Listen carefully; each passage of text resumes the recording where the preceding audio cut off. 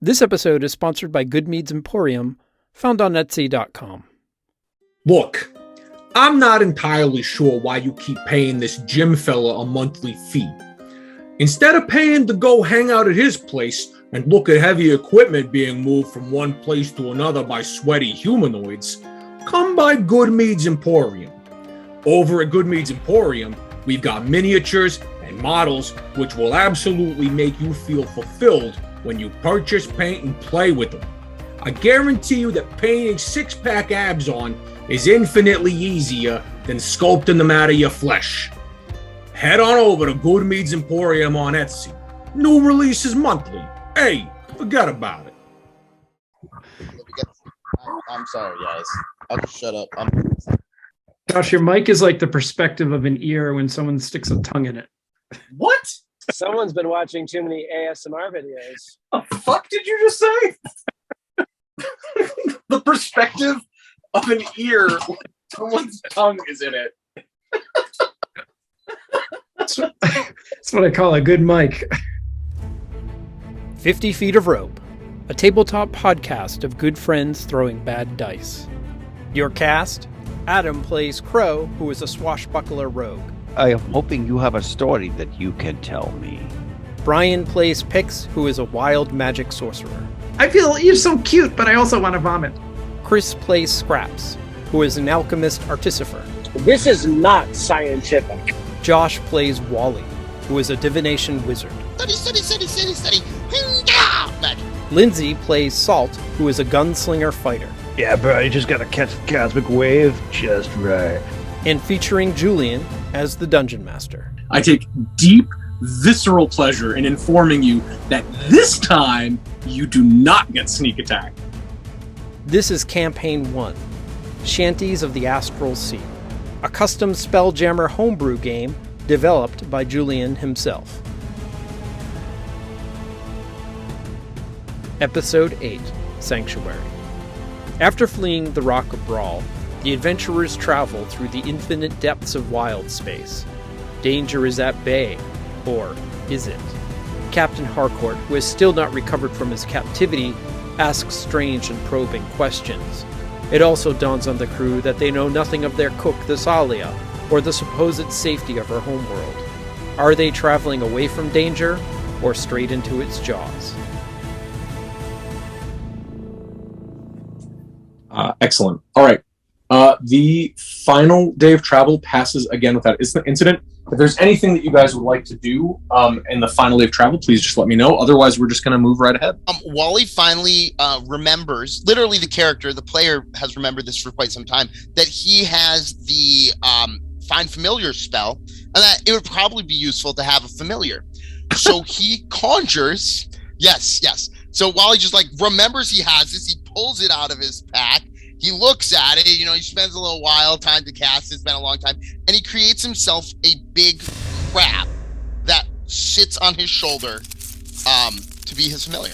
So all of you, one day, as you're going about your business, having your daily meals as Thessalia cooks and serves, you just all realize one day that Wally has crab. Wow. Hey guys, how's it going? Wally, did you get that crab from a brothel? That's a good one. That's the same place I was getting my wick waxed. You know what I'm saying? Oh, God. Oh, let's not go back. All right, sorry. No, this is Can I Quab. ask? Fair enough. You asked. Listen, you asked. This is Quab. He is my familiar. Quab? What does he do? Does he do tricks? Yeah, sure. Quab, climb. And Quab climbs up, the wall. And Are you saying crab or quab? I'm absolutely saying Quab. Okay. And he's like, Quab, play dead. And Quab flips over, shows his belly. Good Quab. Oh, that's an exciting pet. Thanks. I can also see through its eyes. Or cast spells through it. It's gonna be fun. All right, Chris, go ahead and roll your alchemical tool set then. If you're doing the two of them, you do have time to do both, so go ahead and roll. Tool check! Tool check! Roll one. And I get to make a tool check. Hey, it's a tool check for a cool check. And my homunculus will be assisting me. So the first one is for which? In order. Okay. You have made the detect magic smelling salts before, so it is trivially easy to make a masterwork of this. Oh, I did make Wait, did That's I? right. You did. Oh. So as you mix together strong ammonia and then various amber resins, perfumes, and oils, you make a kind of a vile, sludgy mixture in a potion bottle. And you have one masterwork of Detect Magic Smelling Salts, which lasts for 10 minutes. However, the Truth Serum, you've never made Vile Smoky Serum is my middle name. It's a little trickier to make the Truth Serum. You struggle with it a little bit. Your success is only moderate.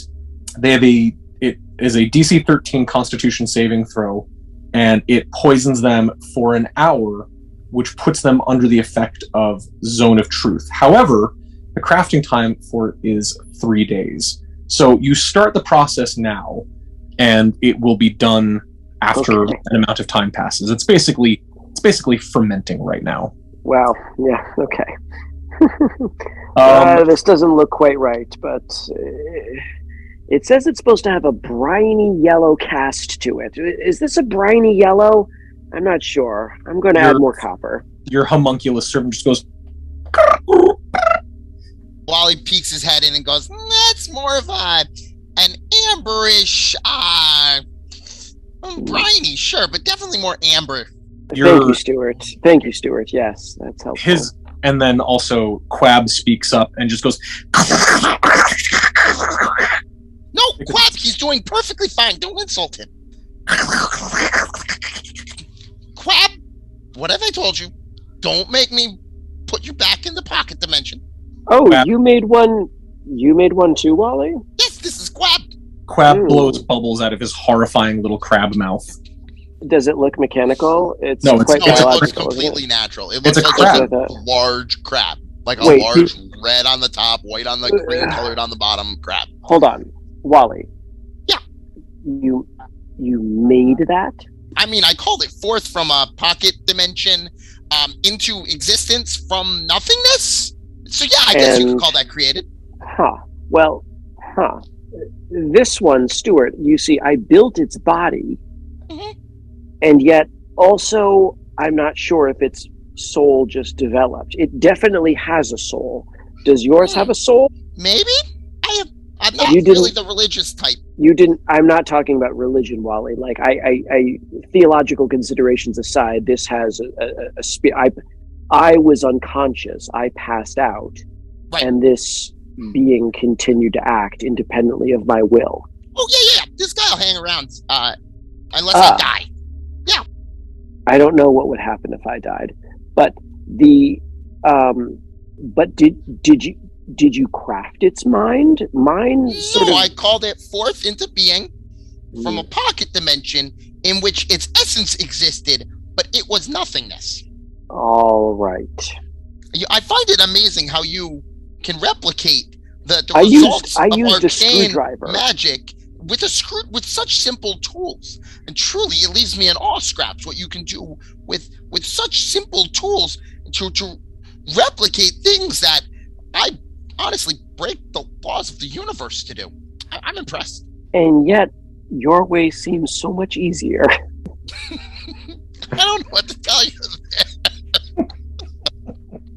It is Pix at the helm when the Spelljammer finally, through a kind of that same sort of synesthetic awareness, you see that the path that you are coming to begins to peter out.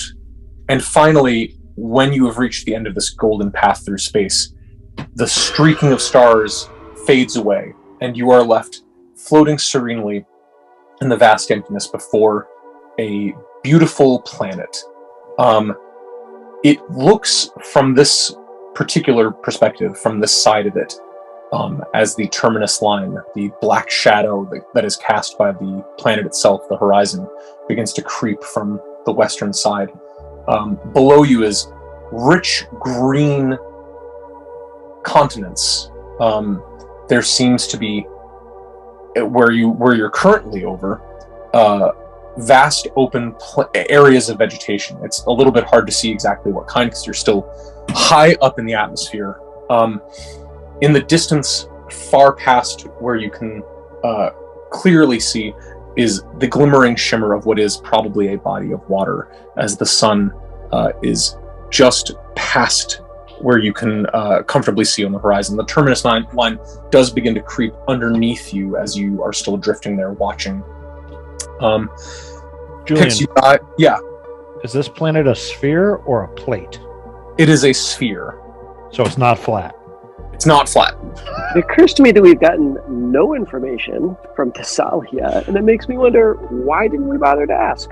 I don't know. Yeah, I don't know why you guys don't ask questions about things. You just kind of roll with it. She I know asked for help, we exactly said why yes. Wally doesn't ask questions. Yeah. Wally has fantasy ADHD. Yeah, that's why Wally's just like, yeah, let's go. That sounds fun. I don't know why the rest of y'all don't ask questions. Thessalia was like, I have a safe place to go, and everyone went, yeah, all right, that checks out. Man. Pix, as you guide the ship further and further down, Thessalia eventually comes to join you at the helm and starts giving you directions, kind of pointing things out to you in your awareness of the planet beneath, and starts guiding you towards a portion of jungle. You can now see at this as you get to this height that it is not forest. It is thick, dense, tropical vegetation.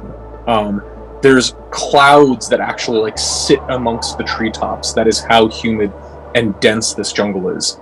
Vast oceans of mist sit across the thick canopy.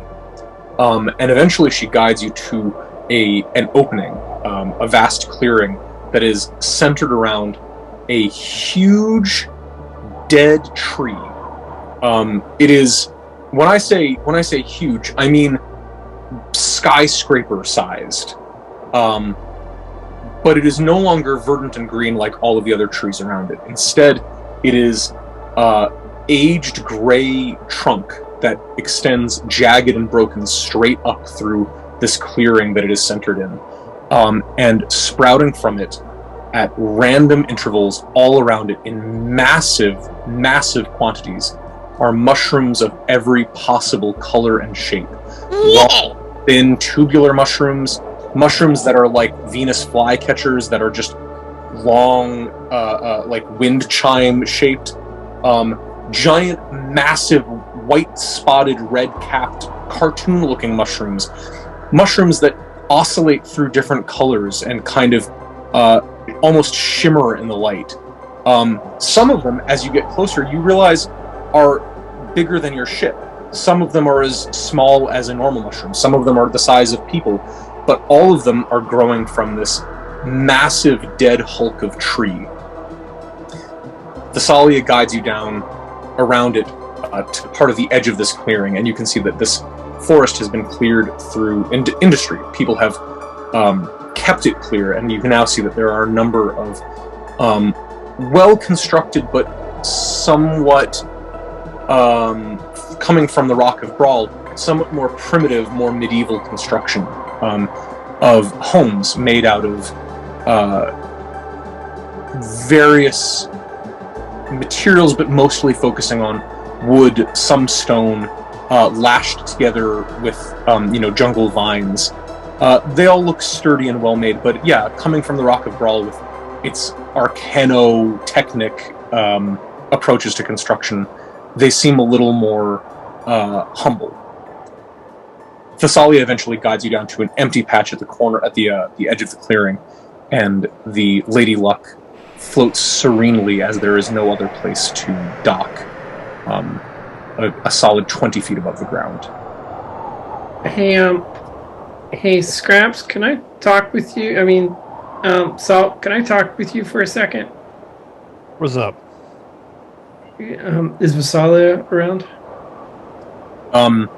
She was guiding you in, so yeah, she's sitting she's in the Spelljammer room, the helm room. Can you meet me downstairs? Yeah, sure. I'm not gonna light you on fire this time, I promise. Beautiful. When they're out of earshot, Pick says to Salt, how do we know we can trust Thessalia? Has she told you yet?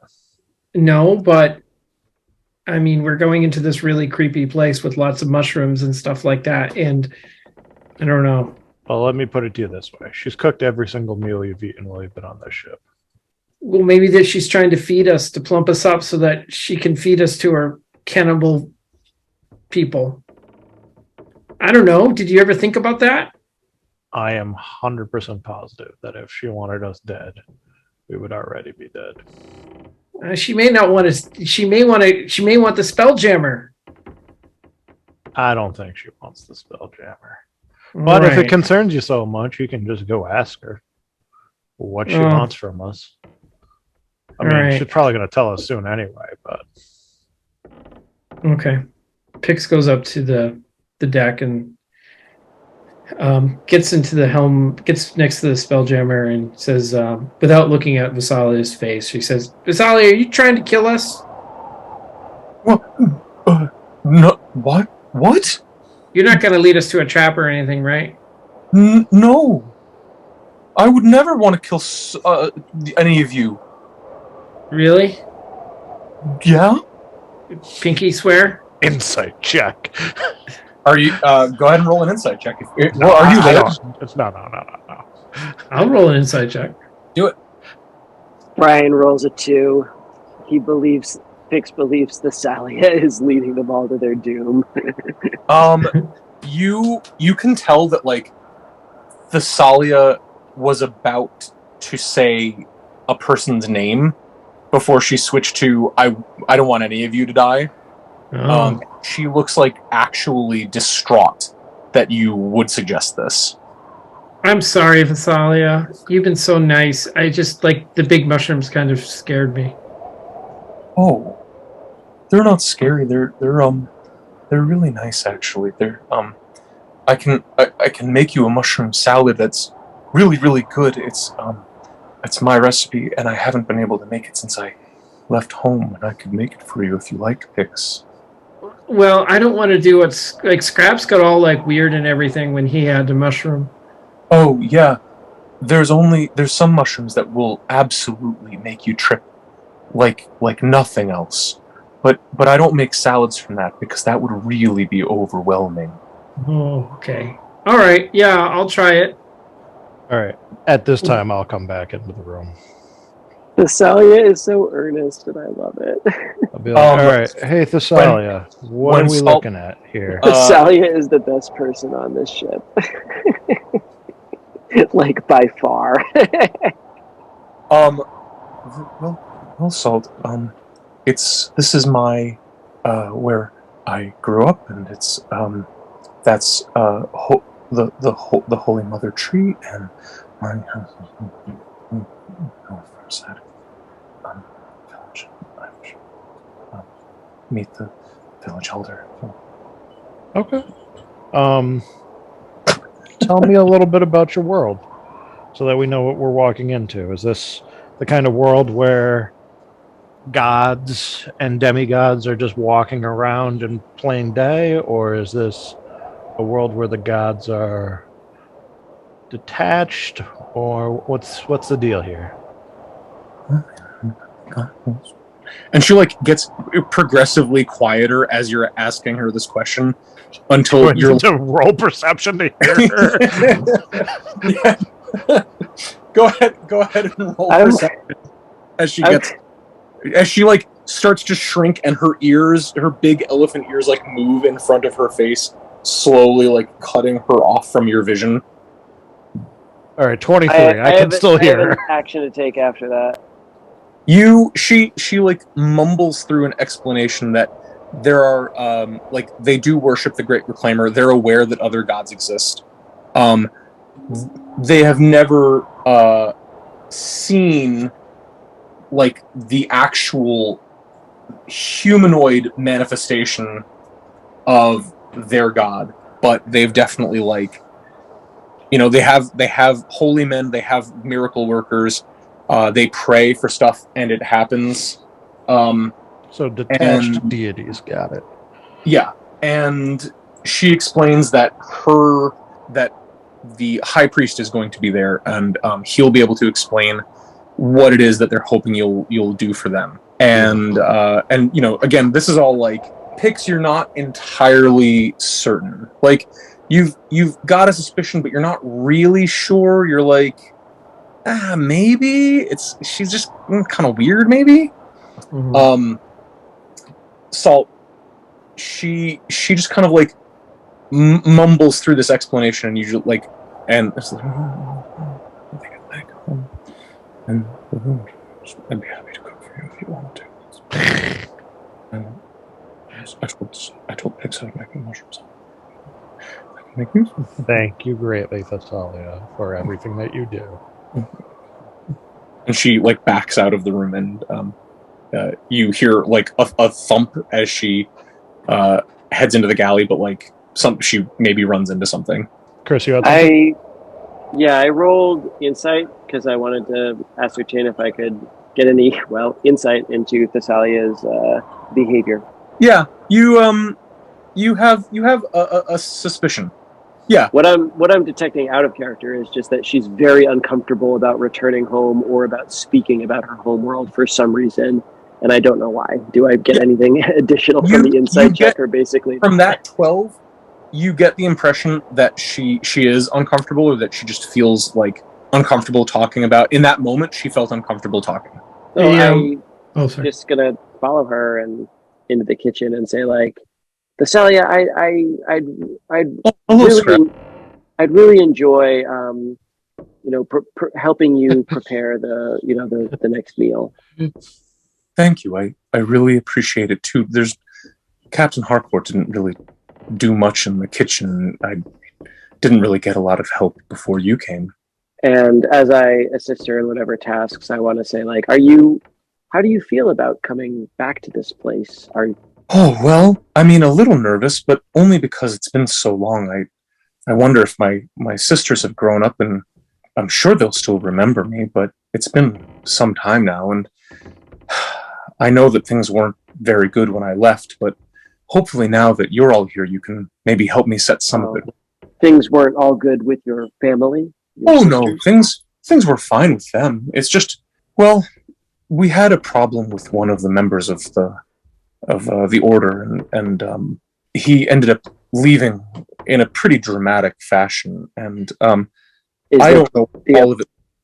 The apostate, yeah. He's kind of, I thought he was kind of a boogeyman back when I was a kid, but it turns out he's real, and he actually was I'm sure that the high priest can explain it better than me, but I was only a young girl when I left. I think I was only 43 years old, and I didn't know much about the ways of the world, and then to find out that this mythical figure that I'd heard when I was just a wee girl of 27 and was real, and now I'm back, and you guys are so amazing and powerful, and I'm sure that you'll be able to help. I know that you'll be able to do something anyway.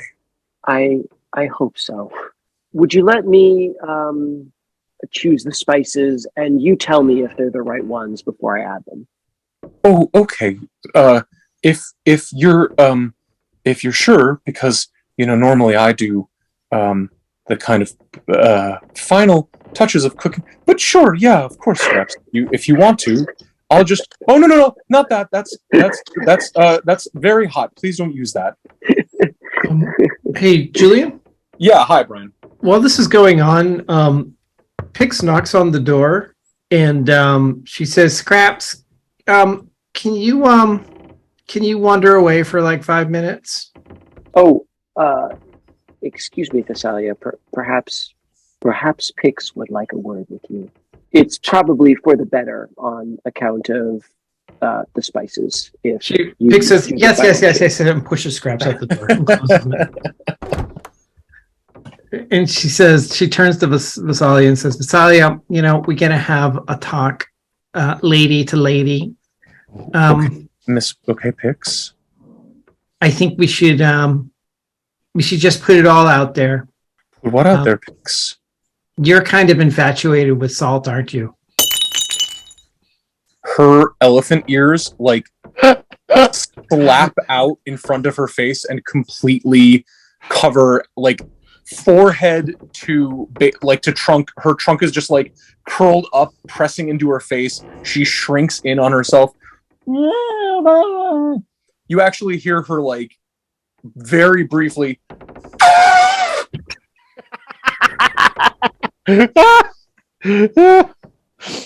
Oh, that's no, I don't. I mean, you don't think he knows, do you? No, of course not. No, He's but you figured clueless. it out, and he's not stupid. He's so smart. No, he's too occupied playing with his guns. Oh, yeah, when he plays with the guns, and sometimes he doesn't have his armor Oh on. my god! Oh my god! The muscles, and I can't talk about this with you. You're like a baby. You're only what, 16? That's like I wasn't even like reading until I was 18. I don't. Oh, this is so embarrassing. Well, in my world, we have entire families when you're my age. What? I'm just saying, I have lived. I am an old soul. So She's just staring, like she's peeking through her elephant ears at you. Like, what? Are you a reincarnation of like one of your ancestors? I don't know, whatever. But I'm just saying. I can help you. Like, if you want me to help you, I'm here for you, sister. That's what we're here for. No. Oh, I could never. Pix, no, you can't tell him, please. You know what you can do is, if there's like a special like love mushroom, you can put in his drink, and he can like start like all chippy out and going weird, and then you can take care of him. She like looks really thoughtful for a second. No, but there's so many side effects. I mean, the blindness alone. I think he'll be fine. Holy fuck. Pix, do you look? I don't know. Oh, Pix, I don't. That just seems very unethical. Give Okay. him the love mushroom. I can put it in his drink if that makes you feel Oh better. no, that Pix. I can't. Please, just don't tell anyone about this, okay? Has anyone else figured it out? Pix, and No. she like puts her hands on your shoulders, and you feel the weight of this. I mean, she's probably the tallest person on the ship, and she's an elephant, and just like her hands are on your shoulders, driving you down. Please tell me nobody else has figured this out. No one's figured it out. Oh, I'm sorry. But people will. You walk up to him and get all mumbly and stuff. I know, that's why I don't spend a lot of time talking to him if I can help it. Yeah. All right. Well, maybe we can. You and I can. You and I, girlfriend. We can work it out and figure out ways that we can get him. Yeah. I'm here for you. That's all I'm saying. Well, that's a really sweet Pix. I've never had a I think the elves call it and she rattles off something in a kind of like fluid language, and she's like in human I think it's something like it's like best friends, but it's kind of cutesy. It's like bestie friendies or like just besties, I guess. Oh, yeah. She's like, I'd say pinky swear, but I don't think you have. Do they have pinkies? Yeah, I've got pinkies. And she like extends she's got 4 fingers, and she extends a finger that's bigger than your entire hand, and she just like holds out the last little finger on her hand. And Pix holds up hers and says, I promise you, your secret is safe with me. Okay. Thanks, Pix. You're really nice to me. Even though sometimes I think you get a little angry with everyone else. Yeah, that's because they're all douchebags, but except for Salt. Except for Salt. Salt's really sweet. Even when I set him on fire. You what? Never mind. And she gives her a hug. She hugs you back, and she is like, her skin is tough and kind of like, it's not rough, but it's leathery, and she smells of all sorts of good spices and cooking things and kind of rich earthy smells. And she just like envelops you in her giant arms, and her big elephant ears wrap around you, and you're in this like dark, warm, spiced hug, and she just gives you a little squeeze. Pumpkin spice hug. And she leaves. She says, "Okay." She's like, I'll bring back Scraps," and she opens up the door. Scraps, you messed up the spices. Scraps, the only thing that you heard as you were pushed away is like a bunch of elephant trumpeting, and that look, and you heard like because Thessalia is a big elephant, so like you just heard a bunch of like low bassy rumbling of her voice through the deck, but you have no idea what they said. Yeah, for anyone who's up I on think Thessalia might be developing feelings for me. I don't. Oh my! So you weren't kidding about making this into a harem anime. Yeah. Well, I thought you were joking in the text. No, but, it's not a harem yet. There's one person. Apparently, that's where we're going. Yeah, but, that's definitely. I'm just saying that's where we're going. Apparently. With the ending of the open gaming license, I decided that we are transitioning to a dating simulation game. Okay. Right. And that's just my response. That's how I'm processing this difficult time. All right. You do you. Salt, you said that you would want to visit Harcourt and talk to him what's going on and get a read on his health and mental state. So just briefly, we can discuss when you go visit him, he is still rough. His exhaustion is still obvious. I mean, you've never seen him look quite so diminished. He doesn't look himself. When you talk to him, you're used to him being somewhat bombastic and cocksure. And this person is just a little bit more reduced. There isn't what you remember of him. It's just when he talks, he doesn't quite meet your eyes.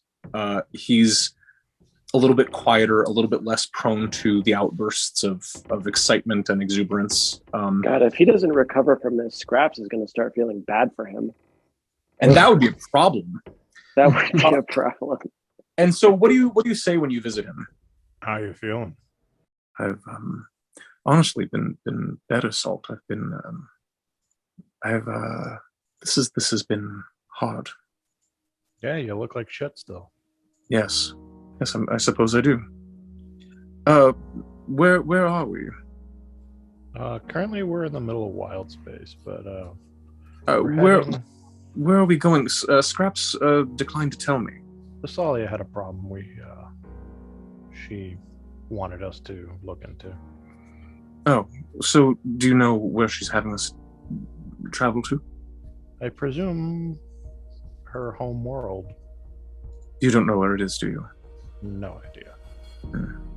I don't suppose you saw the star chart that she's using. No. She kind of just inserted it and did her thing. Right. Well then. Thank you it for actually visiting. surprised me. I didn't know she had such knowledge of Spelljammers. She's been shipping out with me for some time now, even before you joined the crew. Can I get an insight read on him? Yeah, go for it. It's interesting because you can tell that you've seen people when you were with the Empire of Dreams. Mm-hmm. You've seen people break. You've seen what gets left behind when someone goes to a place where the trauma can't follow them. Mm-hmm. And there's parts of what he's doing that look like that. You can tell that who you're talking to is a changed person from who you knew, but you're not seeing some of the stuff you would expect. The kind of dismissing of everything that isn't, like that turned inwards catatonia thing, that like heightened fight or flight reflex, that kind of immediate stress response. He's calm. He's very like sedate and removed and quiet, but he does seem relaxed and calm, even though he is clearly quite changed by his experience. He presents as prying into things that he doesn't need to know about. Right. That level of curiosity, you kind of, that like doesn't, if you were super broken and like super damaged, you knew that the people who like really got ruined by the Empire, they didn't even care what was happening to them anymore. They just like were machines after a while. He's curious in a way that you kind of didn't anticipate him to be. Interesting. All right. I'm actually going to be forthright with him and say, all right, well, I'm just going to keep you, we're going to keep you here for some more days until you are ship-shape again. Yes. All right. I'll have Thessalia check in on you every once in a while, bring you food and all that fun jazz. Yes, and she'll keep me up to date with what all of you are doing, I suppose. I know that you're all busy. And at some point, I think I'll send Wally down so that you can meet him. The new crew member. Yes. Yeah. I look forward to it. For anyone who is up on the deck, from the village, and it is, while the construction is humble, and somewhat rustic, it is arranged in a way that speaks to intelligence and planning. There are kind of radial streets that lead away from the central tree, and then circular roads that connect around it, forming kind of like concentric circles of different districts. And it is down one of these spoke avenues that you see a procession of people. Most of them Loxodon, most of them Elephantine, as they march towards you. But there are some other species mingled in there as well. There are some dwarves. There are some slender-looking humanoids who might be elves, and they process down the street towards where you have temporarily air-docked your ship above what is essentially an open field.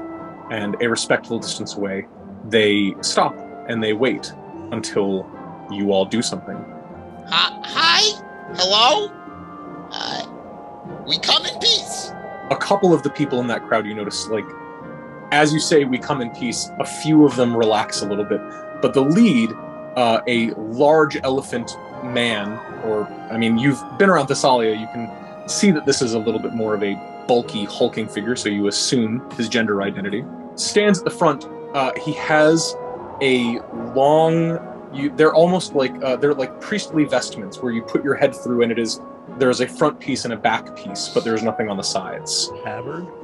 Is it a tabard when priests wear it? Kind of. It's clearly some sort of religious vestment, as it falls down to his feet and actually behind him slightly drags in the dust, and it depicts on the front of it a massive circle done in elaborate stitchwork. It's kind of an abstract design. And in his right hand, he holds an exceptionally tall staff. You can tell this because there's a human stood next to him. And the staff actually dwarfs the human.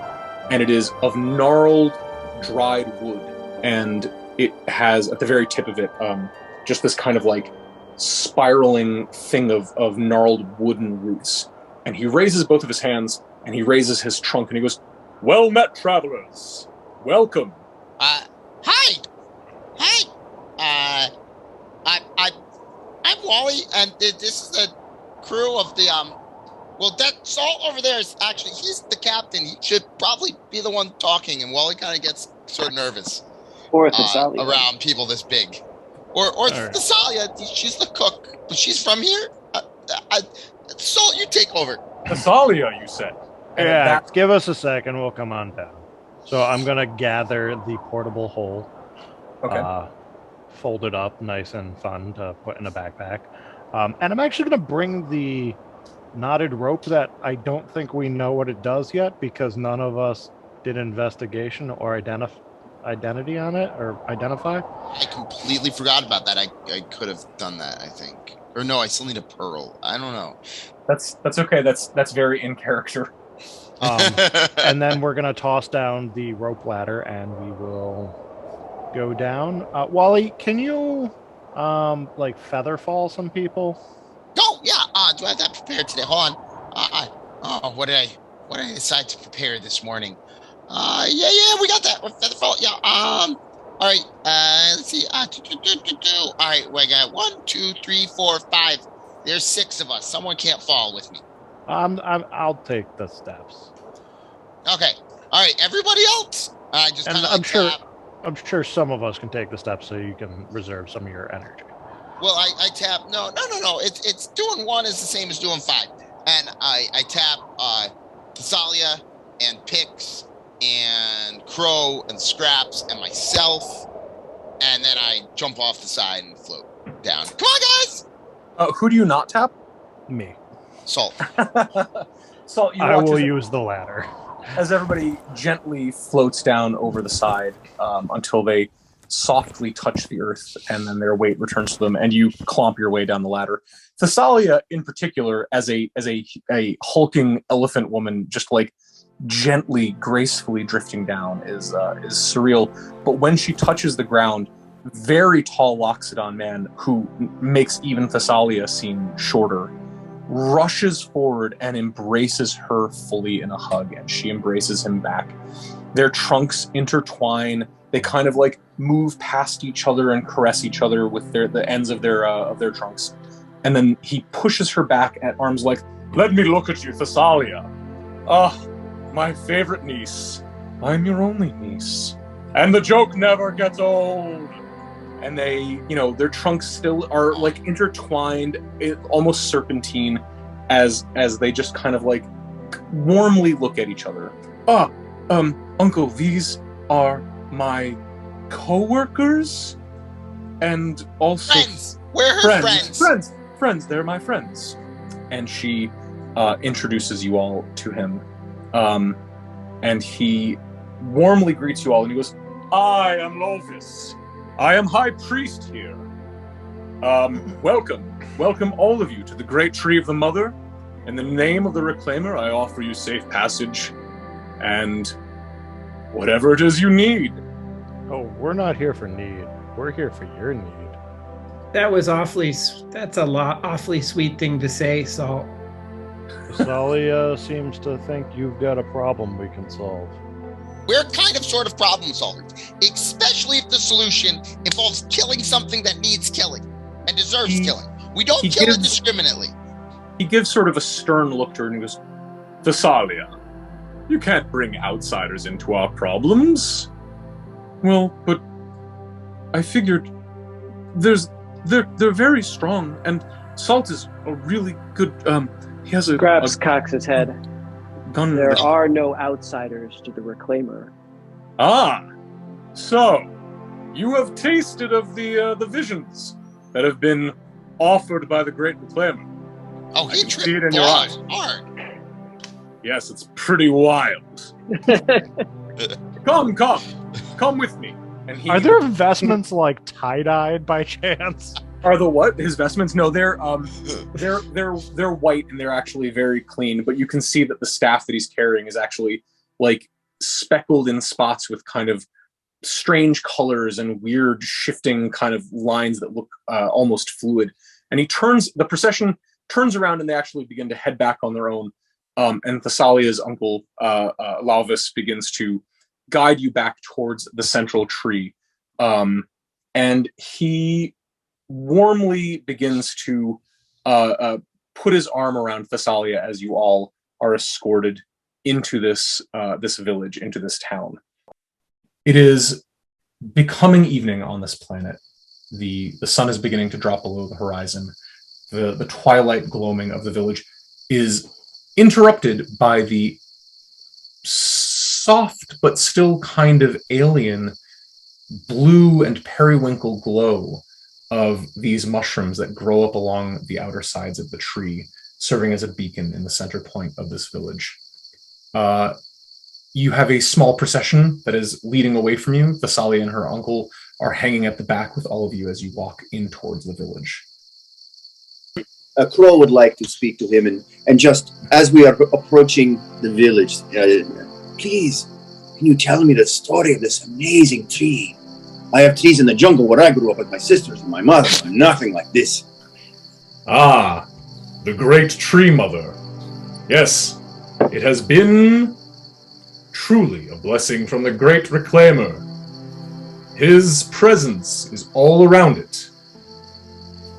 It was once a great and mighty tree that had absorbed from the earth below all of the nutrients all of the death that had occurred at its roots. And through that it grew mighty, and eventually it had depleted the land around it of all possible life-giving essence. And in doing so, it spelled its own doom. But the Great Mother in her wisdom knew that only through her own demise could more life be created, and she made a sacrifice of her body that the Great Reclaimer would show through his largesse that then what could die can also bring forth life. And so the cycle is completed yet again, from mother to father, from father to mother.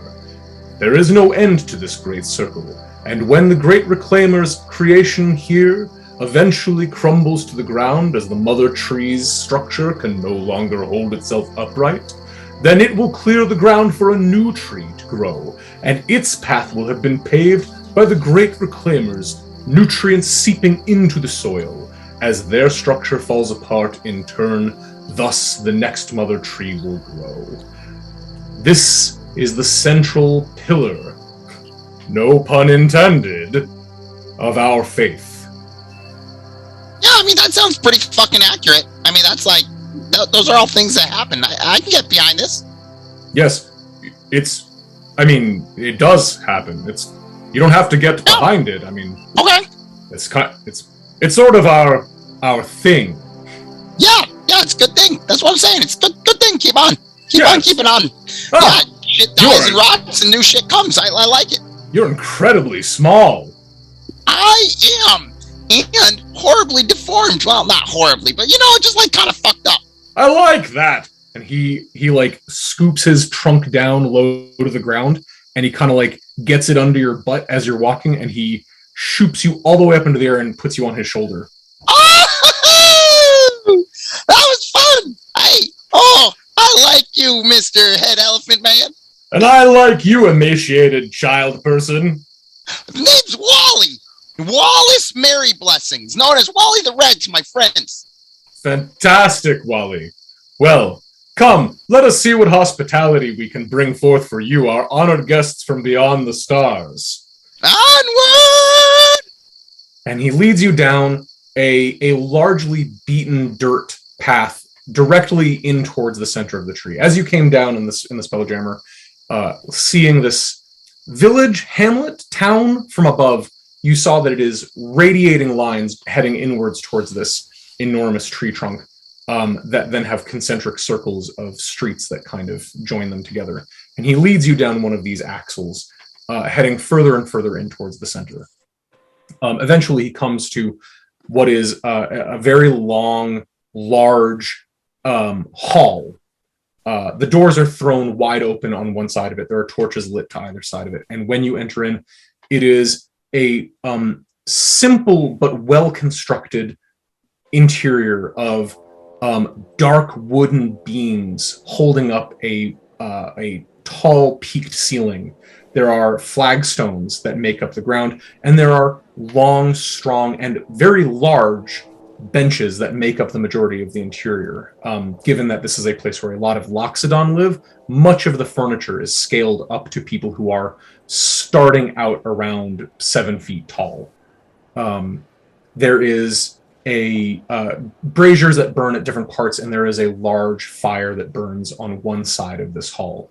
What is interesting about this hall is that, unlike what a lot of these kinds of mead halls or communal buildings, there isn't a raised place. It doesn't seem like there's a place where the Lord sits above everyone else. There's just a number of these very large tables with benches and chairs kind of in different places, and one area that has been cleared close to the center where there is a circular portion of flagstones that have been placed. And that area remains clear, and it's in sort of the central part of the building and the length of it, forming a little bit of a natural stage or speaking area. And at the moment that you guys come in, there's a fair number of people here. It's not packed, but there are many Loxodon and other species as well, humans and elves and dwarves and things like that, who are kind of bustling around, some of them eating meals, others just sharing conversation, some of them clearly coming from the day's labor, looking tired and a little bit beaten down, but not in a bedraggled, wretched kind of way. Just a day of hard labor, and now they're taking their rest sort of way.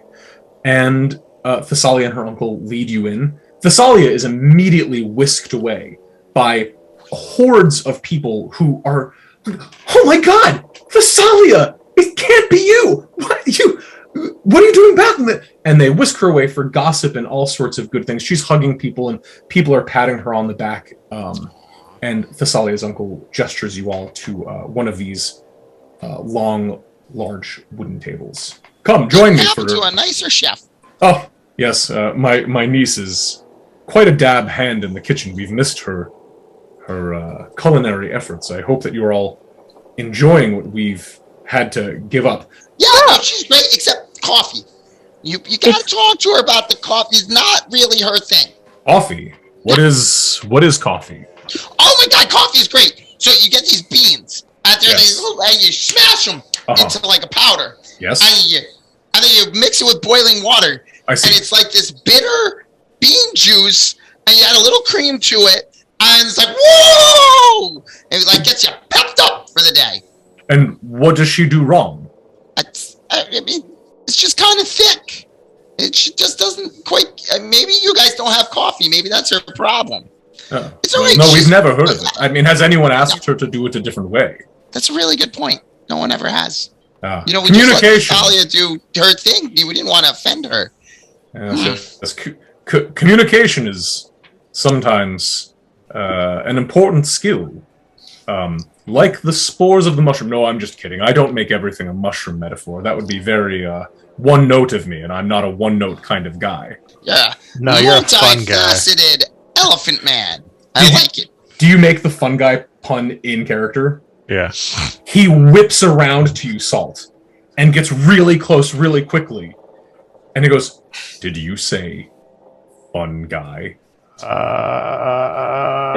Is he about to start laughing, or is he about to shank you? Take a guess, Salt. Which would be? He like gets really close to you, like gets his face much closer, Uncomfortably close.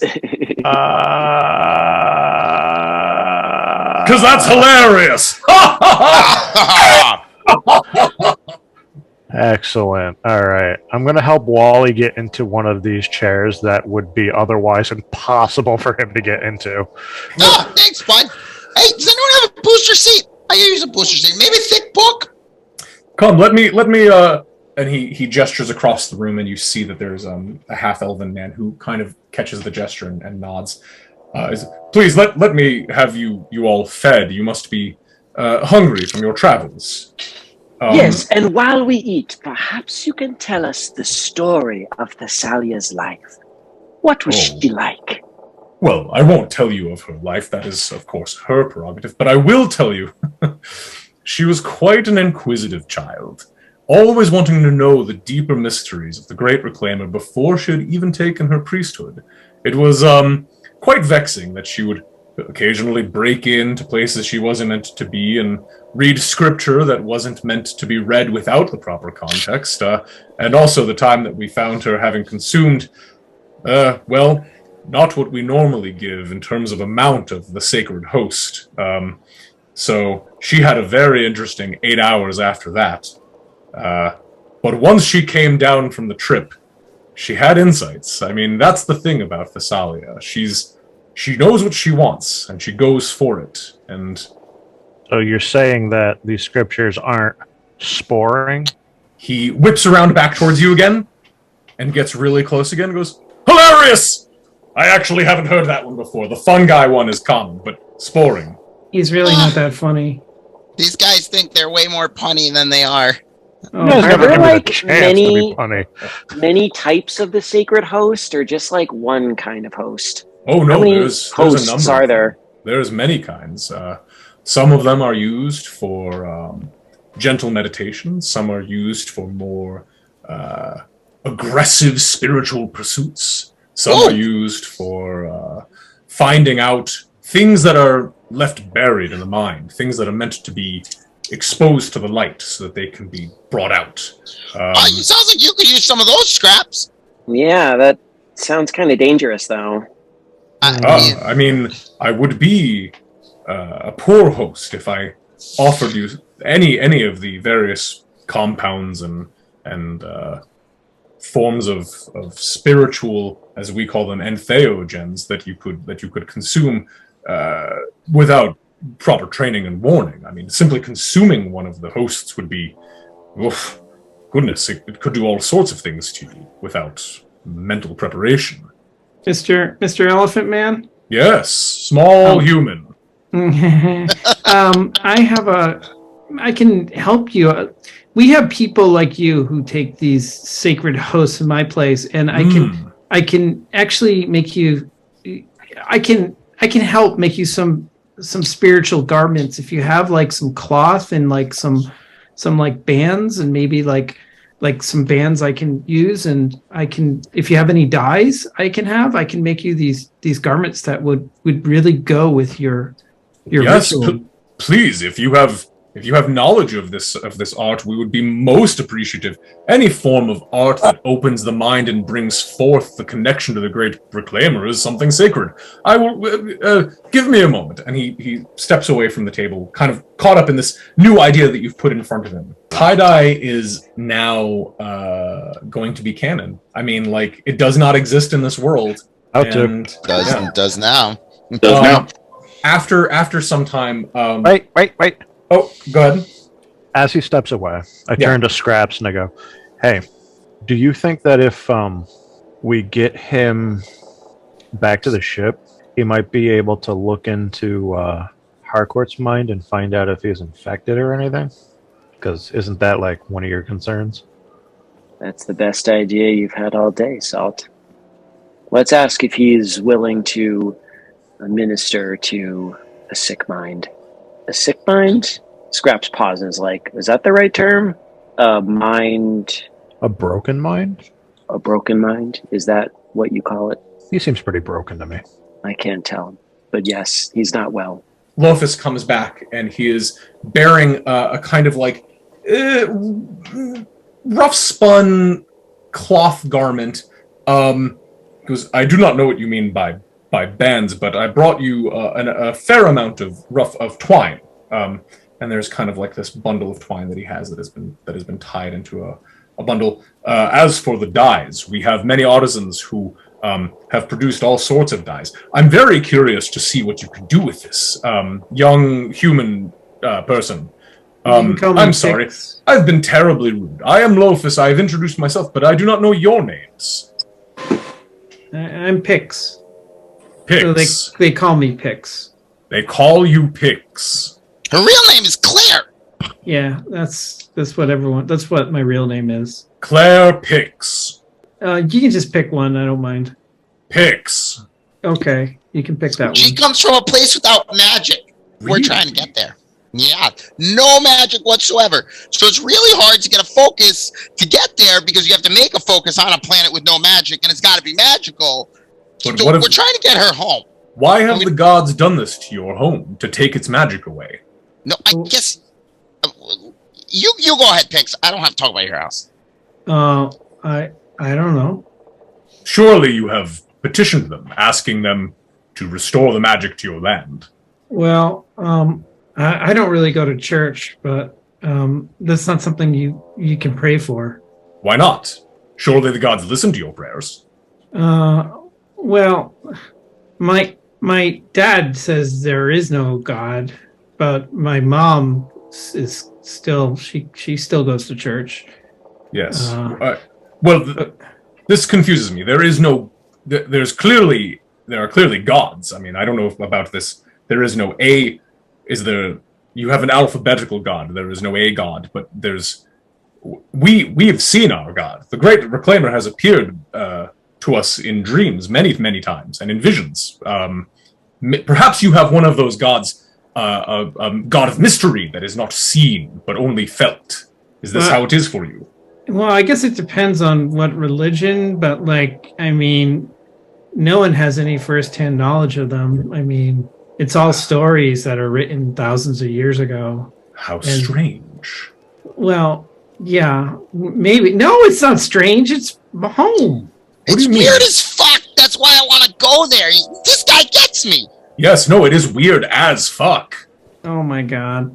I mean, it is. No, it is, because if there were no gods, then how could the divine order be maintained? How could the weave continue to be woven?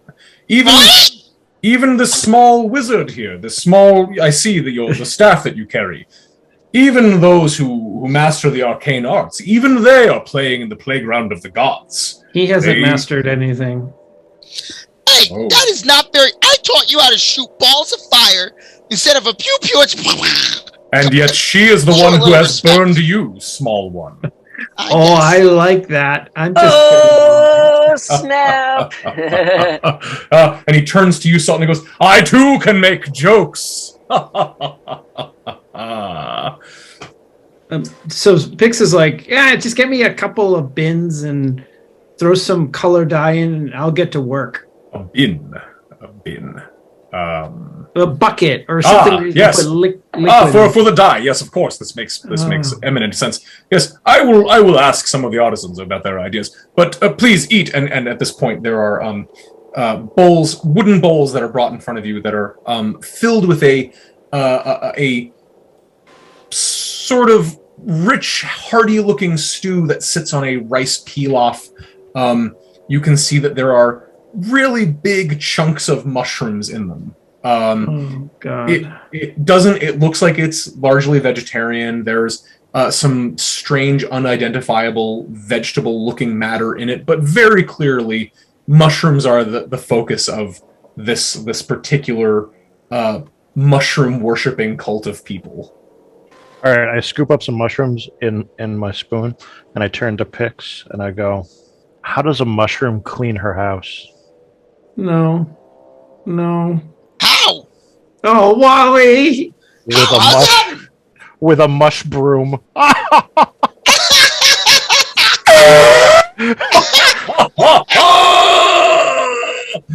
Oh.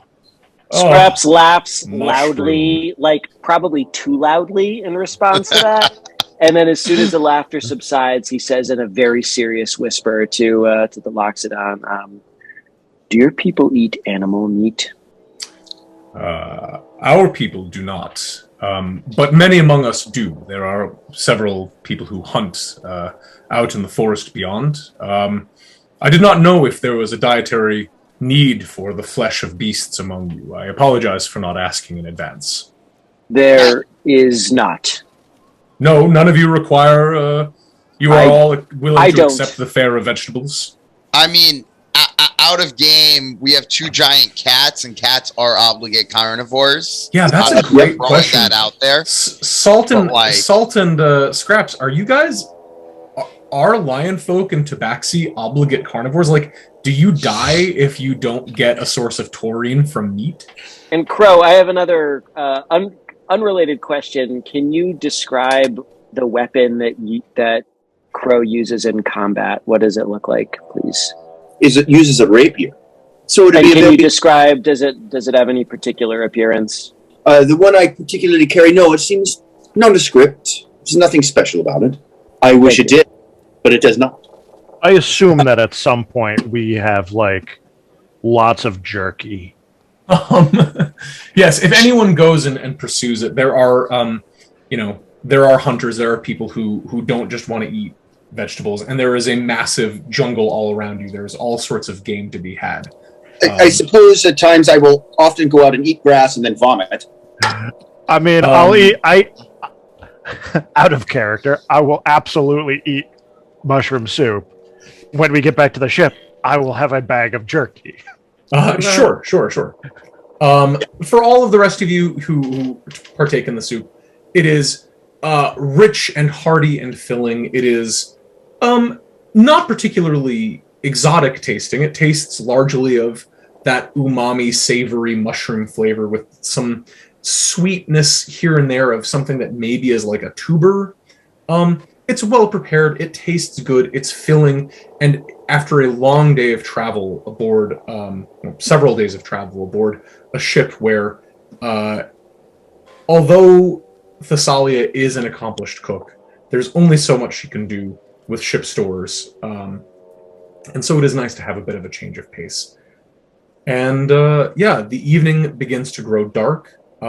Someone in the eating hall eventually strikes up a tune with something that is comparable to a lute stringed instrument. Another person begins to tap out a rhythm on a large, flat, drum-headed, almost like a Celtic drum, so it has no body, it just has a kind of taut skin across a frame.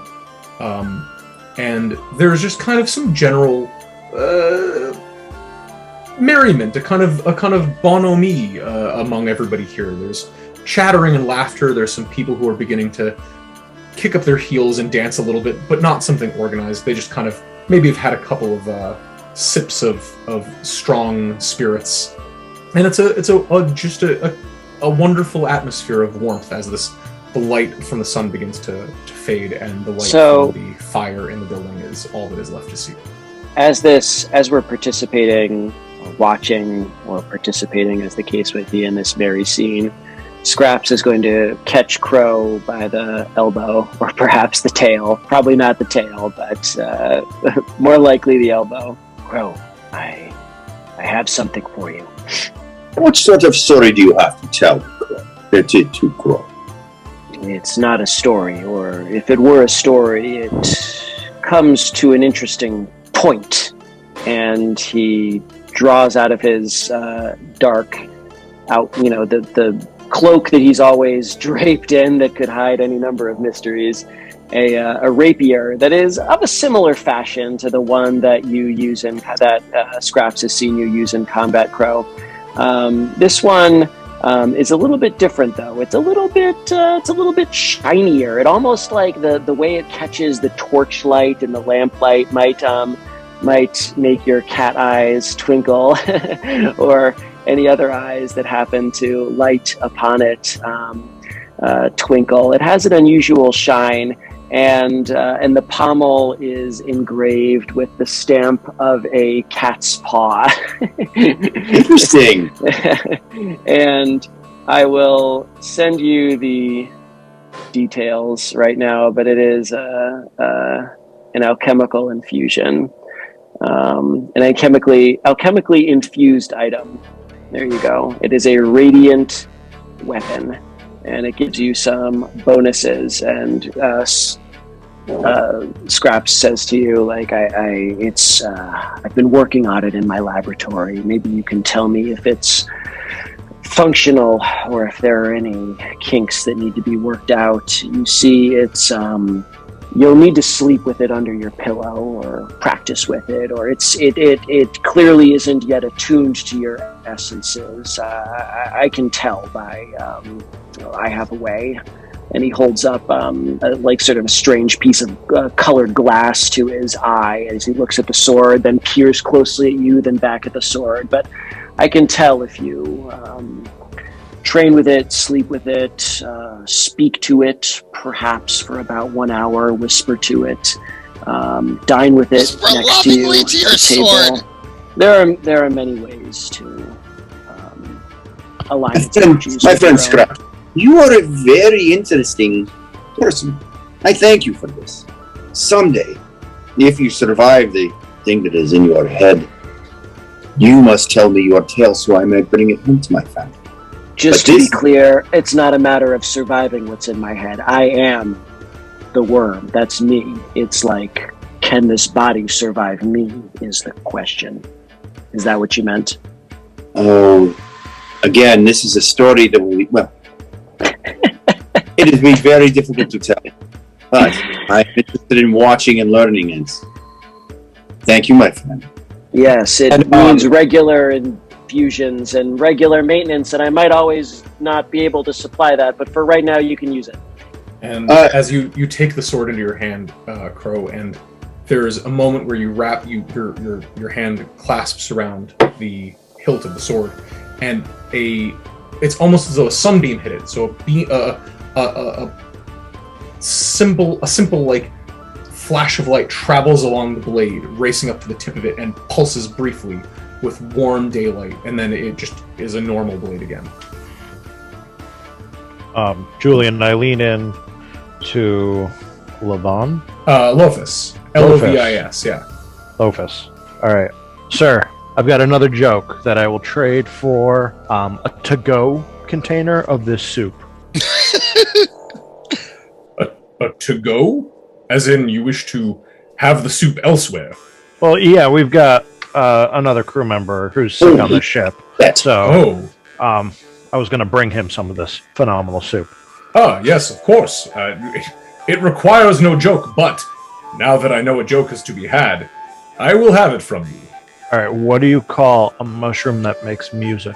What do you call a mushroom that makes music? A decomposer. God, guys, you guys are fucking killing me tonight. This was a 50 Feet of Rope production. You can find us at 50feetofrope.com. If you like the show, please consider subscribing and leaving a review.